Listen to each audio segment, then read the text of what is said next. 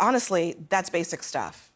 In fact, if you violate the law, that's exactly when due process kicks in, because you get to have a hearing of some kind to determine whether or not the case against you is true.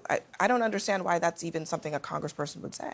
Well, just to the overall premise, President Trump was elected by the American people to secure the border, end human trafficking, and defeat the drug cartels. Hands down. That is what the American people are expecting from him.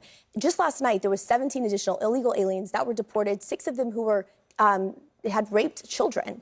Like, these are people who need to go. The administration has made it very clear that they are prioritizing criminals. I'm going to interrupt because I want to make sure we're staying on the premise here. It's not about actually those people who, you named the 17 of them, had final orders of deportation. They had actually had their cases adjudicated. They were using basic immigration deporting tools to deport them because they did have their day in court. We're talking about the people who didn't.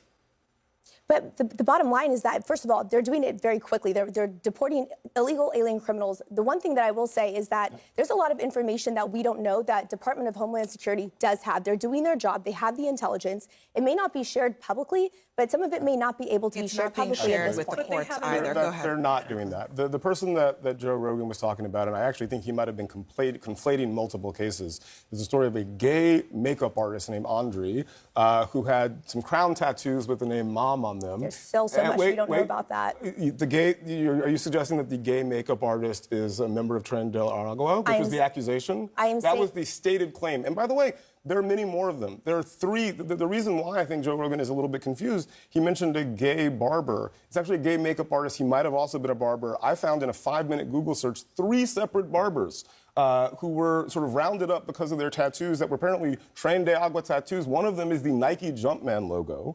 Another one, multiple crowns. I mean, you know, LeBron has a crown tattoo. Is he a member of Tren de Agua? Like, this is ridiculous. Caroline Lovett was asked about this because there was a document that the administration submitted in court that basically said if you have a tattoo, you have clothing that might be associated with this gang, you're in the gang. She was asked about it. Here's what she said.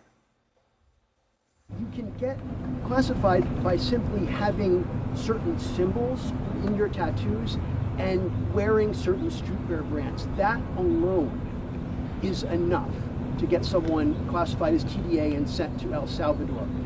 That's not true, actually, Andrew. According to this document, it is. Shame on you and shame on the mainstream media for trying to cover for these individuals who have. This is a vicious gang, Andrew, and you are questioning the credibility of these agents who are putting their life on the line.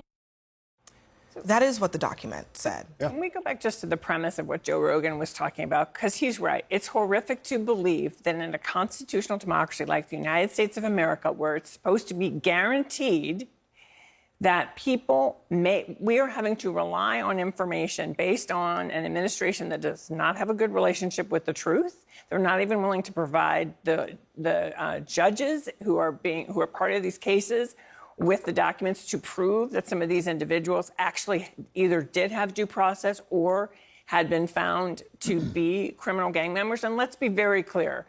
I don't think anybody at this table wants criminals in this country who are murdering children, who are hurting people. I think that's we can probably go baseline there.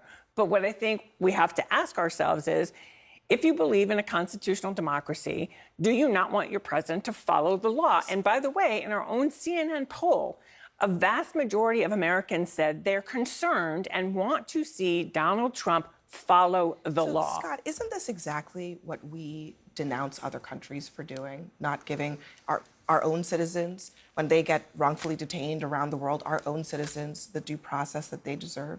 Well, I think multiple things could be true. Number one, I delineate between American citizens and everyone else. If you're a U.S. citizen, I put you in a different category.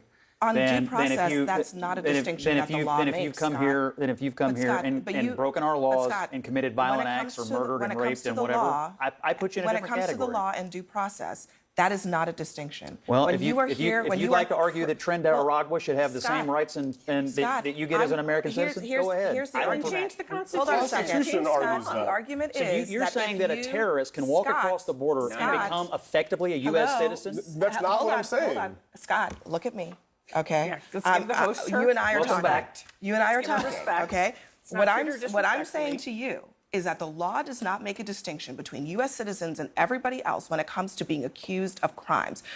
Are you saying that that should not be in place? That if you happen to not be a citizen, you get to be thrown into a jail with no process at all? I'm saying that these people are effectively terrorists. They walked across our borders illegally. Okay, they are violent. And I don't really want them but here. But doesn't the government have to prove that they are who they say they are? Correct. That's all we're saying. That's all. I think. I mean, you can say it. Eventually, it's not a concession that you like Tren de Aragua. It's just a question of the basics of civics in this country. I think eventually the government will have to show all of its cards on everybody that they have detained, deported, or done anything to in this arena.